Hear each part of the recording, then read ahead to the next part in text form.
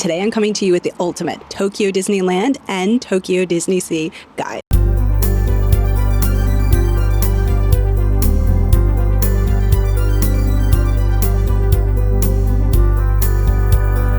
If you're planning a trip to Tokyo Disney, you're in the right place. Even if you're a Disney pro elsewhere in the world, Tokyo Disney works differently. Here's what I'll cover in this video. We've got our intro, why Tokyo Disney is different, Tokyo Disneyland and DisneySea ticket guides, how Disney Premier Access and Priority Passes work, Tokyo Disneyland versus Tokyo DisneySea, which park should you choose, how to get to Tokyo Disney, monorail and transport tips, how many days do you need at Tokyo Disneyland and DisneySea, top 10 things to know before visiting the Tokyo Disney Resort, staying at Tokyo Disney's hotel versus off-property, and vacation packages explained, Tokyo Disney rope drop guide, do you really need to arrive at 5 a.m., Tokyo Disneyland and DisneySea ride strategy, your Tokyo Disney merch guide, unique food and dining experiences at Tokyo Disney, and essential tips. With all of this, you'll be ready to plan your dream trip to Tokyo Disney Resort without the stress and with plenty of insider knowledge most first-timers don't have. Now, if you're like me and you don't always process information by someone talking to you and you need to see it written down, I have also got everything I say in an ebook form, and that is linked below if you would like to read along, if you'd like to reread it after you watch this video. It's really handy, and it's got like some extra special tips in there. Why is Tokyo Disney different to the other Disney parks around the world? So you think you know Disney. Here's the thing, Tokyo Disney is a whole different world. Today, I'm going to give you the ultimate guide to help you navigate Tokyo Disneyland and Tokyo DisneySea. Like a pro. Trust me, you can be the biggest Disney expert, but Tokyo Disney has its own rules that sets it apart. Why is that? Well, because unlike every other Disney park across the globe, Tokyo Disney Resort isn't owned by the Walt Disney Company. Instead, it's owned and operated by the Oriental Land Company. Disney licenses its characters, themes, and branding, but the design, operation, and guest experiences are completely managed in Japan. That's why things from ticketing to how attractions are run to guest services feel uniquely Tokyo Disney. And honestly, that's why it makes it so special. All right, fundamentals. How do you get your tickets? So there are 3 types of tickets. Firstly, the most common, it's your one-day passport. That's your standard admission to Disneyland or DisneySea. Then you have your early evening passport. You get entry from 3 p.m. onwards on the weekends and some holidays. Then you have your weeknight passports. For that one, you can get in from 5 p.m. onwards, which I would find great if you were a local. I would just finish work and then grab a passport and go spend the night at Disney. Where to buy the tickets? There are 3 options. Your first one is the official Disney website. I'll put all the links below so that you can see where you can buy the tickets and that sort of thing, so it's really easy to get to. So you got the official Disney website. If you can, I would try to use that one first. It is a touch less expensive. The only thing is, it does not like foreign credit cards, debit cards. For some reason, a lot of people have issues with it. I was able to book tickets on it fine for the first time. The second time I went to Disney, for some reason, it would not let me book tickets. It took my money and then it refunded my money and then it said I didn't have tickets and then it just would not let me do it. So your second option is through a third-party site called Klook. This is a reputable company. Everyone uses it. People use it for all kinds of attractions around the world, but in Japan you can book hotels and attractions through this site as well. So I'll put that link down below as well. It is a touch more expensive, like a couple dollars because they do like processing fees. But if that's your only option, that's your only option. Your third option is to stay at an official Tokyo Disney hotel, the licensed one like Tokyo Disneyland or Maricosta or Fantasy Springs. You can buy tickets directly there at the counter. And that's a good option if you're going at like a busy holiday time and tickets happen to get sold out online. You're insured tickets if you stay at the hotel. Really important, you cannot buy tickets at the gate. If you go to the resort, Tokyo Disney, you go to the gate, you cannot buy tickets there. It's only online or at the hotel. So don't think you can rock up on the day and spontaneously buy tickets. You cannot. Now, the Disney app is your lifeline. You must download the app right now if you're planning a trip. Make an account. If you haven't, you may already have an account because you've been to the other Disney parks, which is fantastic, and become very familiar with how to use this app because this app is essential. You can go to the other Disney parks and it's like good to use, but not essential. It's essential for a good day at Tokyo Disney. You can do it without, but you're really not going to get anything that you want to do. If you buy your tickets directly through the Disney website, they will automatically link to your Disney app, so they will be there.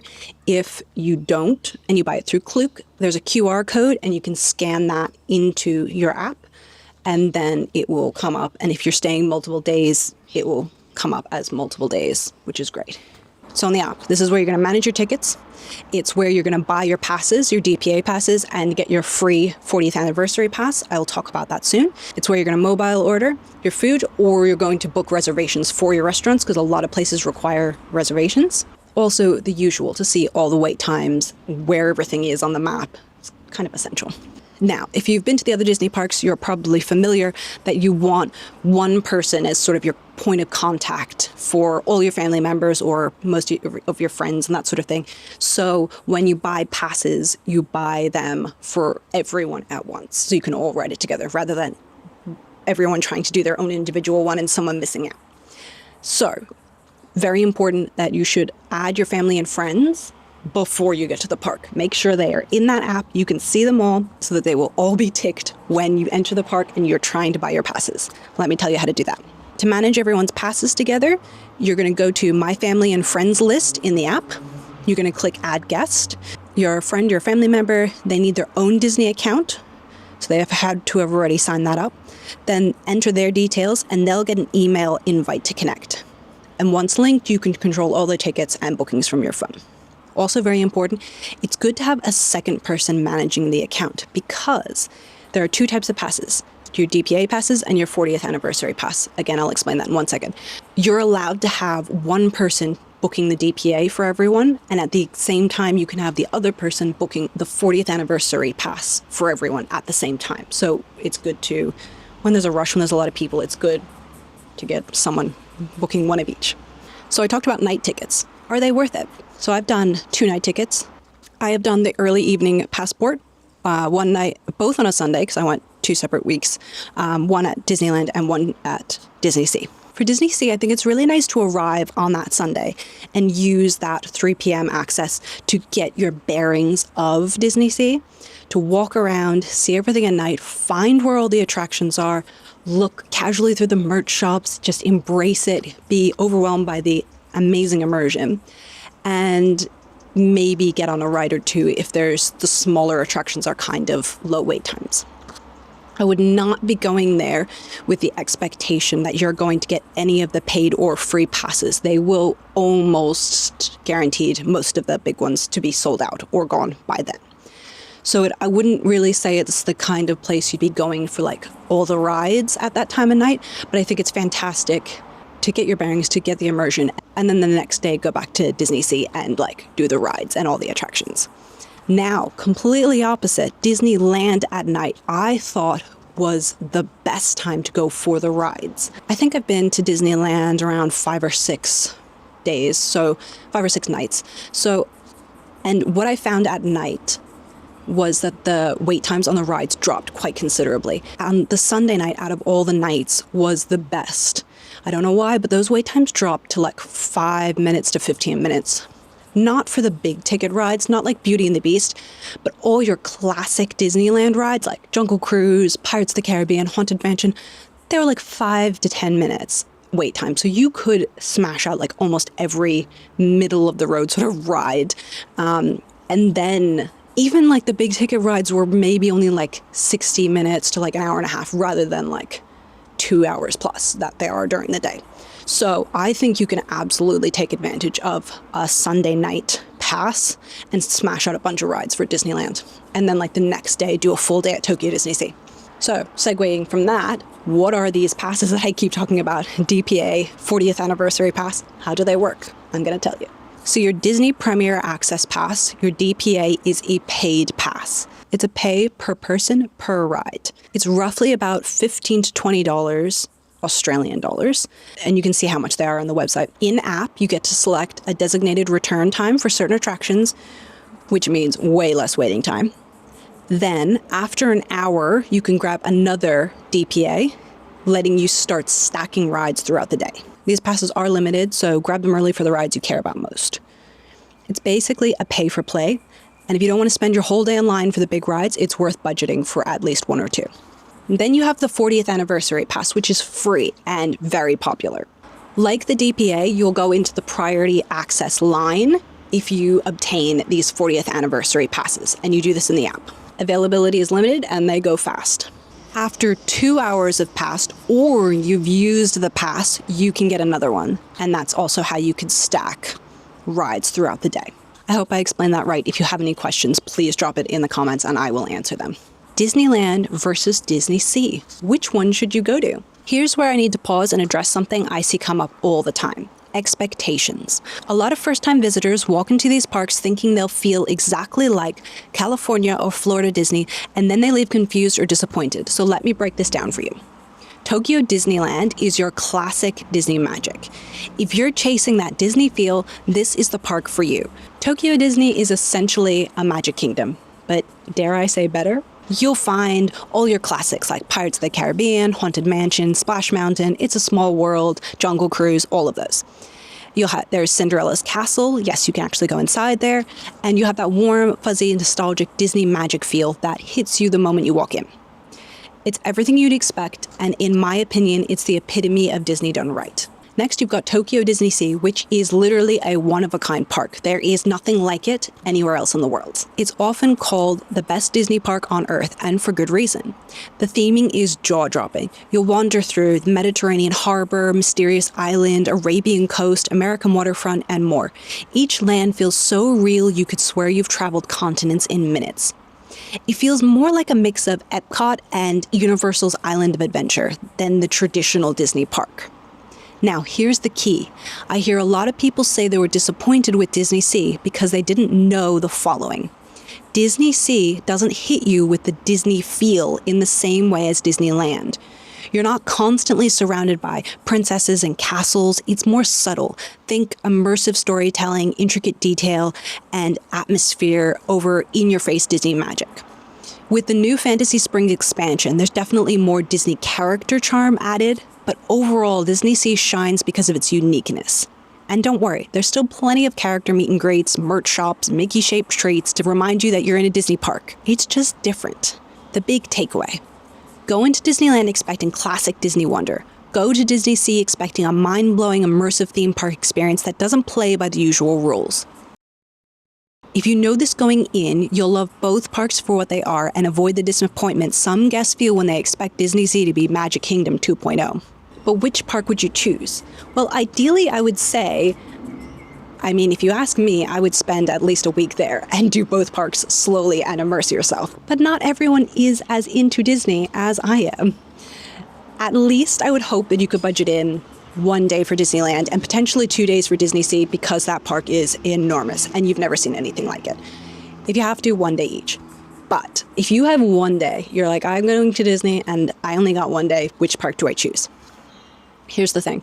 Have you ever been to a Disney park? If you have never been to any Disney park before, I would say go to Disneyland. You will not be disappointed. It is everything that you could ever want for a Disney park. If you've been to Magic Kingdom, you've been to Disneyland in California, you've been to Disney Paris, I would say do DisneySea because it's completely unique and you've never seen anything like it.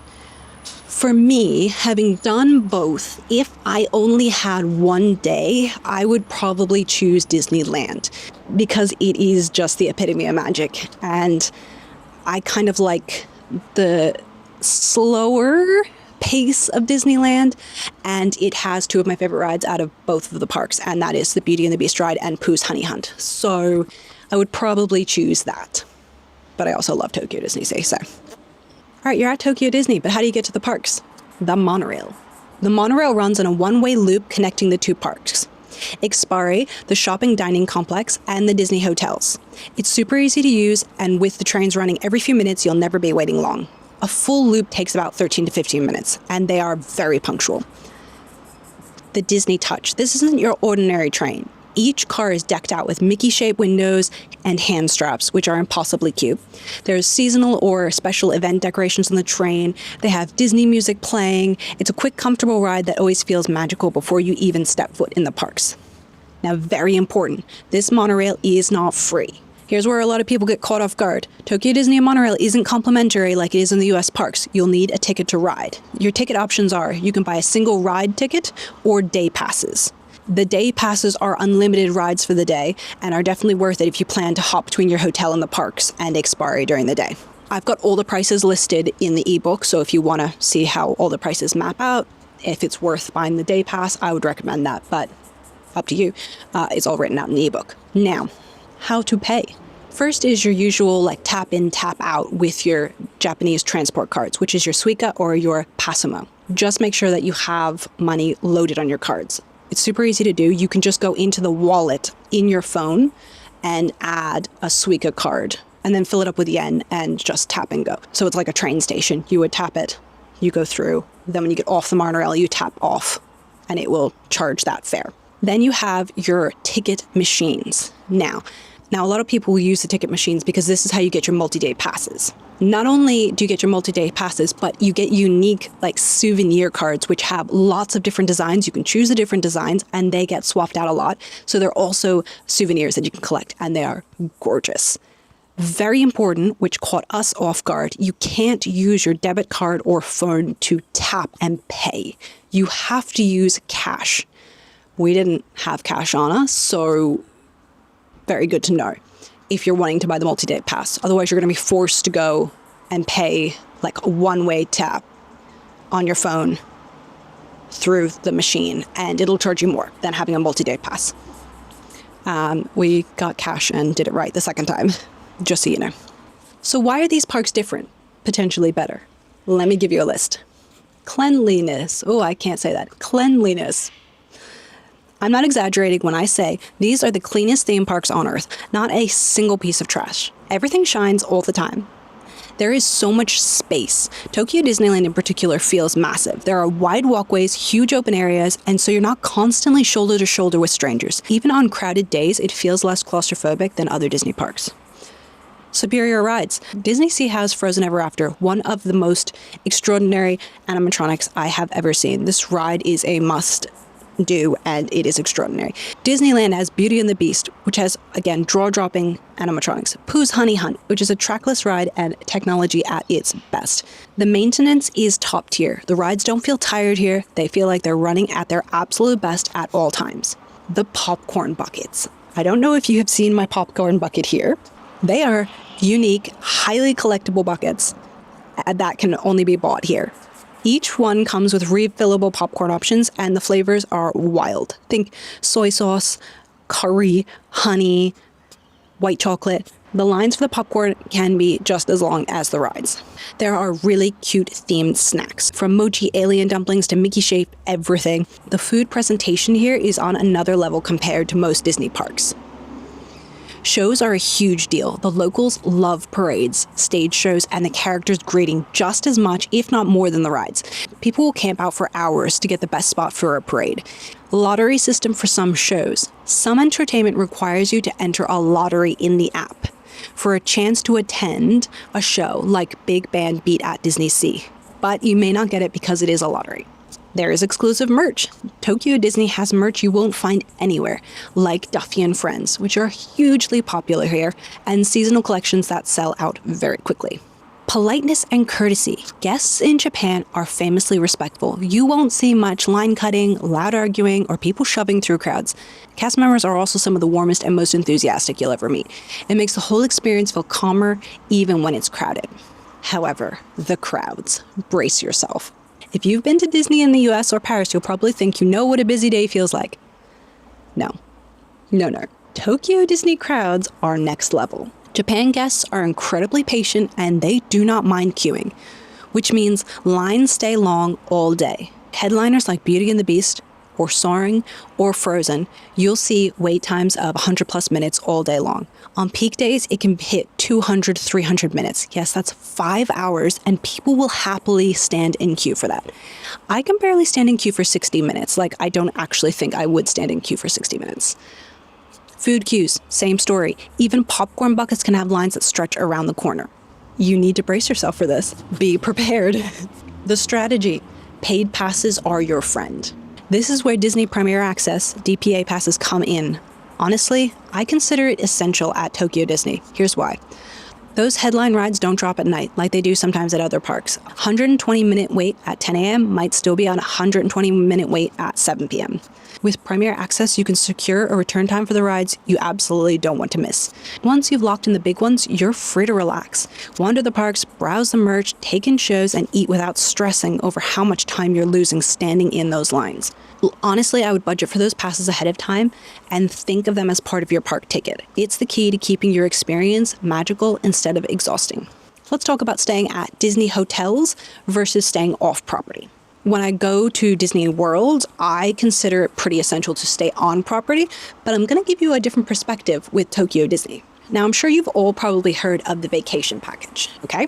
I extensively researched this before coming to Disney.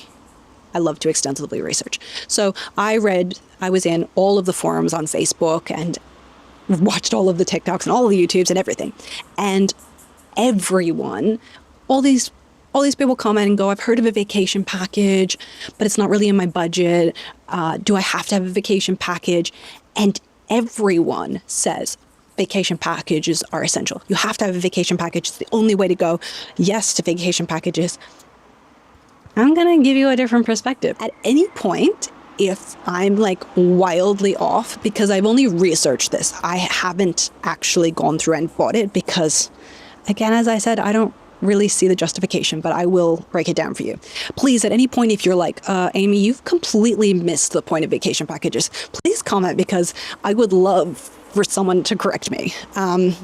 Because if I'm right, I don't know why they exist. But here we go. So the vacation package I looked at included a stay at a Disney hotel, your choice. Your park tickets were included. You had 3 DPA options, so you could pick 3 rides that you want, and you get some extra little souvenirs like a drink voucher and a popcorn bucket and like a tote bag, okay? Now, I have heard people say that there are unlimited ride packages. I couldn't find that when I went on the site, so this package only has 3 rides a day that you're guaranteed. Otherwise, you're at the whim of everyone else in the park and you have to ride or again pay additional. Okay, so here's the breakdown. I went through all the steps and chose as if I was going to book this vacation package for me and my husband, Jean, and I wanted to see how much the cost would be in the end. So I chose the Miracosta, which is a hotel that we would love to stay at. There is no choice of how many nights. There's only a 2-night option and a 3 park day ticket for 2 people. I think it's the first day is Disneyland and then the next 2 days are DisneySea. You don't have a choice. You can't mix and match. Then there's 3 DPA passes per park. So 3 for Jean, 3 for me, and you can choose which rides you want. So you can choose like Beauty and the Beast, Frozen, all that sort of thing. Now, I chose no meals in all of these packages. In the package, you can also add restaurants on. So if you've got a favorite restaurant you want to go to, you can add it into the package, and then you won't have to worry about getting reservations for a restaurant or anything. I chose no restaurants in this vacation package because I have food allergies and they wouldn't be able to accommodate for me. So if I was doing this, I wouldn't choose any restaurants. There's no point bringing the price up. So the total price for that, 4,093 Australian dollars. So around 2,046 per person. Now, I decided to break that down myself. So if I went myself and booked the same hotel, same room, park tickets, and the DPA, I wanted to see how much that would come out to, which I did. So when I put that all through, it broke down to 1,800 for the hotel, so about 900 a night for the room. The park tickets were $480 for 2 people for 3 days. And then I put in the most expensive, $20 for each DPA, which is 3 DPAs per person per day, which turned out to be $360. That total was 2,640 Australian dollars instead of the 4,093. That's a massive difference. And here's where I don't understand where the vacation package comes in. I don't think a popcorn bucket and some drink vouchers and a few souvenirs justifies the extra like $2,000. Tell me I'm doing something wrong? Now I'm going to do you one better. I'm going to give you the off-property version of this. What I did, where I stayed, and how much that could cost you. Okay? So an off-property option is the Grand Nico. We stayed here, absolutely loved it. I have a video review on that if you'd like to see it. Now, let's compare with staying off property. So say for the Grand Nico, you could stay for 5 nights instead of 2. 5 nights for $1,500. That's about like $300 a night. I actually got it a bit cheaper at a different time of the year, so you can actually get cheaper than that. And you can get higher than that when it's peak. So I then added 4 park days for 2 people, which is $640, and then still 3 DPA passes per person per day for those 4 days turned out to be $480. So that was a total of 2,620 Australian dollars. That's for 5 nights instead of 2. So, I mean, to me, that's the best option. And that's what we did. And it was perfect for us. My honest take, if money is no object, staying at like the Miracosta or Disneyland hotel, even for a night or 2, would be magical. Like, I'm not saying I don't want to do that. I would love to do that at some point. But for most trips, I would just recommend staying off property. You save thousands and then you can spend that money in the park on food, on merch, and on an even longer Japan adventure. In my ebook, I've got a whole section on the Disney hotels. So if you want to stay at one of the Disney hotels, I've got a list of what the hotels are, what the perks are, all that sort of thing. I've also got a list of off-site hotels that are really good.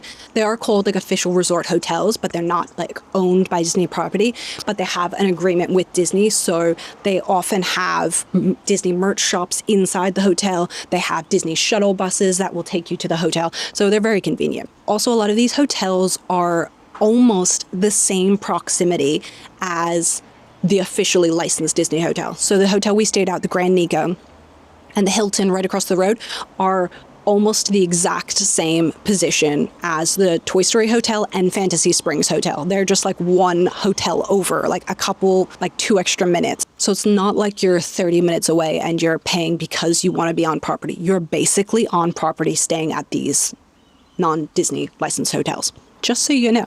Also, can I just say, the room we stayed at the Grand Nico had a view of the Disney Castle, the Cinderella Castle, and the Beauty and the Beast Castle. And we could see the fireworks every night. And we paid like $270 a night. Do you know how much money you would have to pay to stay at like Miracosta or Fantasy Springs Hotel with a firework view? Like thousands, like $1,500 a night to see that, probably $2,000. No extra charge. Just saying. I'm very fond of the Grand Nico. Check out that review. Like, I can't not talk highly of it. All right, Tokyo Disney rope drop. You're going to hear about this a lot in forums, that people will say you need to arrive absurdly early. So I'm going to give you my opinion on that. Do you need to arrive at 5 a.m. to get into Tokyo Disney? First of all, it's important to know why people would rope drop Tokyo Disney. In my head, there are only like 3 reasons to queue up at the crack of dawn. 1 is to snag a DPA for Frozen Ever After at DisneySea, since it's the most popular ride. 2, it's to get on a big ticket ride without having to pay for the DPA if you're not planning on buying any passes. So you need to rope drop to get in line first thing in the morning. 3 would be to stack your 40th anniversary rides. So if you come in later, you'll probably only get 1 40th anniversary pass, as they do go quickly because they're free.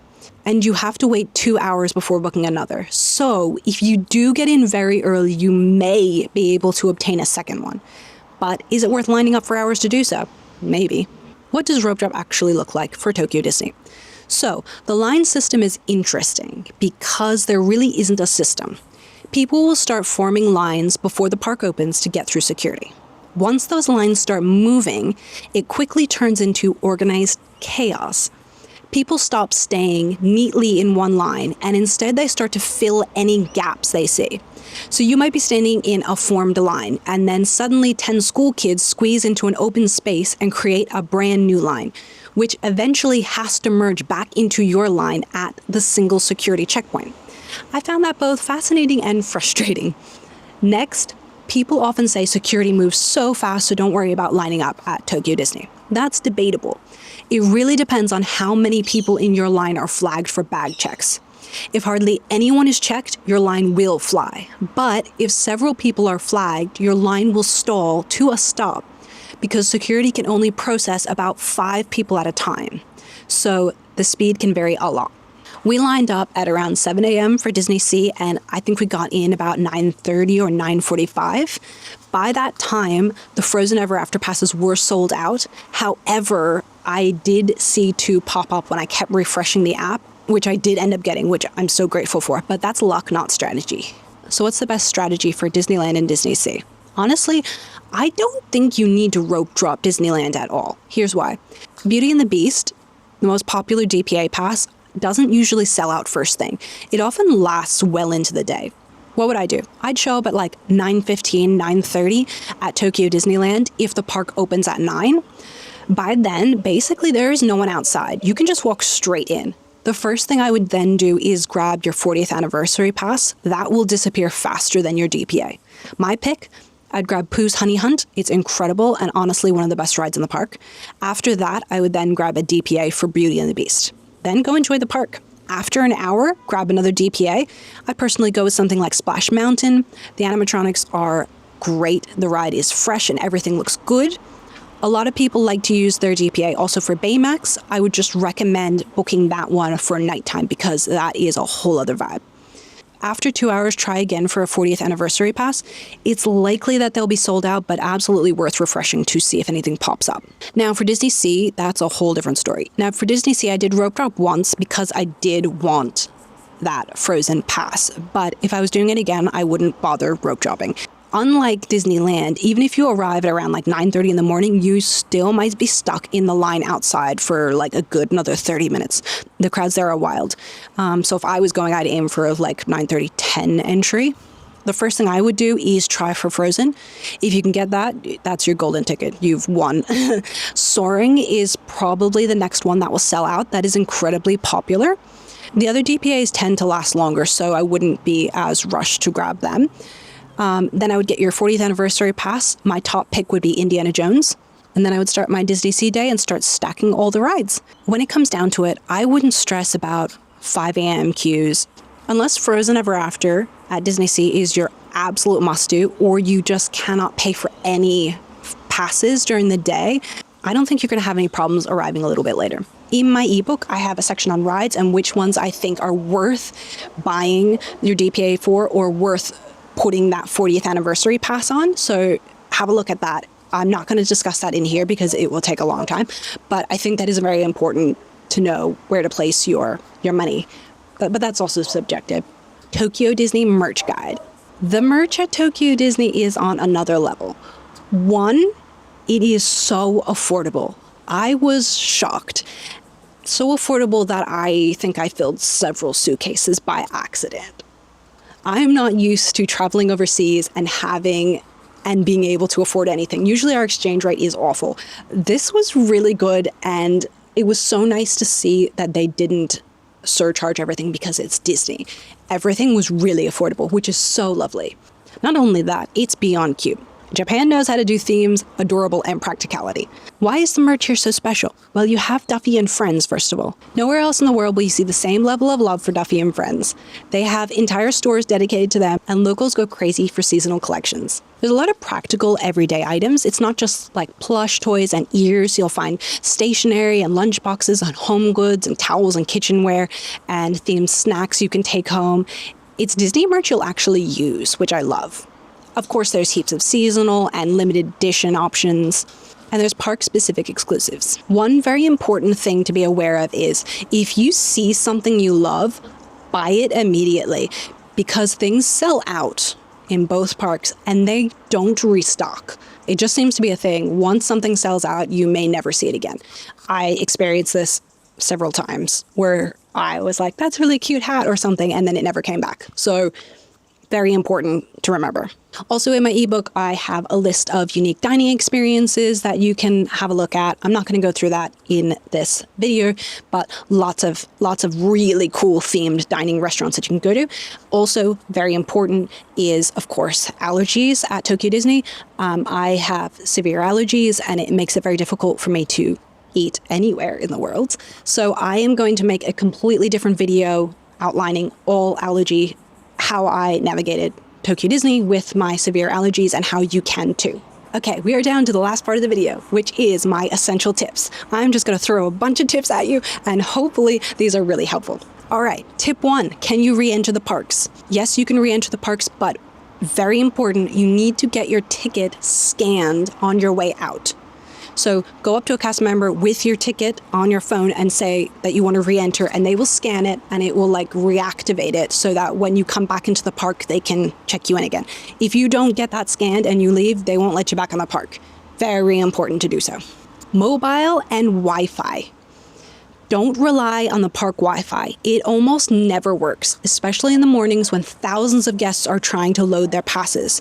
It's pretty much essential that you have your own mobile data plan. Also, pro tip, when you get into the park, don't stop where everyone else stops to try to buy your passes, your DPA passes and your 40th anniversary pass. It's likely that even your mobile data won't work because so many people are trying to buy those passes. Just keep walking into the park a bit further as you start refreshing, and your mobile data should kick in. That's what happened with mine, at least.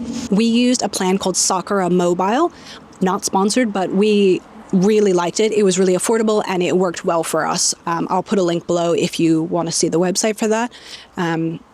There's so many people recommending so many different mobile plans, but that one worked really well for us. We're coming from Australia. Really random, but this banking prep before can save your trip. Before your trip, check that your bank can confirm purchases via email instead of text. Many foreign cards will fail online if they only allow SMS verification. So with my mobile plan, I couldn't get any SMSs from Australia. And when I would try to buy something, it would be like, confirm your card. And it's like, I've sent you an SMS. Couldn't get it. So that's essential. You don't want to have to call your bank and spend a couple hours trying to swap it when you're on your trip, which is what I had to do, to get them to do an email verification. Do that at home first. Like, really essential for anything, not just Disney. If you're buying like train tickets, that sort of stuff in Japan, they're going to want a confirmation from your card, and SMS, nightmare. Ride strategy, single rider line. There's only 2 single rider lines only in Tokyo DisneySea, and that's Raging Spirits and Indiana Jones. Disneyland at the moment doesn't have any. Set an alarm for your DPA passes and your 40th anniversary. Once you've bought a DPA, set an alarm for an hour's time. Once you've done your 40th anniversary, set an alarm for 2 hours. And then you don't have to think about it. Then once your hour is up, your alarm goes off, buy another pass, then go off and do your other thing. It's just so much easier than having to remember. And then suddenly remembering 2 hours later and you've missed out on all the passes because you weren't paying attention. Like, no one wants to have to think about that while you're on your trip. Just enjoy yourself. Your alarm will take care of it. It would seem obvious, but people don't necessarily do this. Mobile order. You have that option on your app. It's so easy to do. Mobile order, and then you don't have to stand in line for an hour or 2. I mean, it just seems to be common sense to me, but still I see so many people standing in line when I just walk past because I mobile ordered. Just a thought. Also remember that a lot of places require a reservation to go in and eat at. So when you walk into the park, it's a good idea to know where you want to eat ahead of time. So in the morning when you're booking your DPAs and your 40th anniversary, also throw in a restaurant there. If you want to go eat at, like, in Arendelle in Elsa and Anna's Royal Banquet, just chuck in like, 11 a.m. I'm going to go eat there, and put it in your app, and then it's done, and at least you've got your spot reserved. Don't wait till lunch because you're not going to get a spot. And then you're going to be eating from like a popcorn bucket. Language. I feel like this should be common sense, but I'm just going to say it. You're in Japan. Everything is in Japanese. All the rides are in Japanese. All the cast members speak Japanese. I didn't have any problems with any of the rides. I feel like we know all the Disney movies. We know the stories. Like, it's pretty obvious what's happening. I can see it being an issue if you're trying to go to a show and you don't understand it. So that's why I didn't really go to any of the shows, because I don't understand Japanese, so it's not going to mean much to me. Also, just asking questions, ordering food. You may want to have your Google Translate app out. They might also have Google Translate on their tablet or phone so that you can communicate. Just be patient, respectful. The cast members are so beautiful and will go out of their way to help you. Just you be respectful and understand you're there in their country. I've also got other tips in my ebook, but I'm not going to do them all in here because I've been speaking for a while and I'm losing my voice. So we're at my final tip, the refresh hack. I don't think this is a hack. I think everyone probably knows about it if you're in the States and you go to Disney World a lot. But I found this really important because when you go into the park, you want to get your DPA, you want to get your 40th anniversary. A lot of times as the day goes on, they run out, right? That doesn't mean they won't come back. So that doesn't mean when you go and look and you don't see it, you give up and then don't try for any more passes. My thing that I would do is if you're in any queue, you get in a queue for a ride, you're waiting 15 minutes in the queue, just stand there and refresh whichever one you want. DPA, 40th anniversary, or food at a restaurant if you can't get a reservation. Just stand there for 15 minutes, just the length of that queue, and refresh. Just keep pulling down because it's very likely something will pop up. You got to be fast. I mean, split-second reaction to click on it.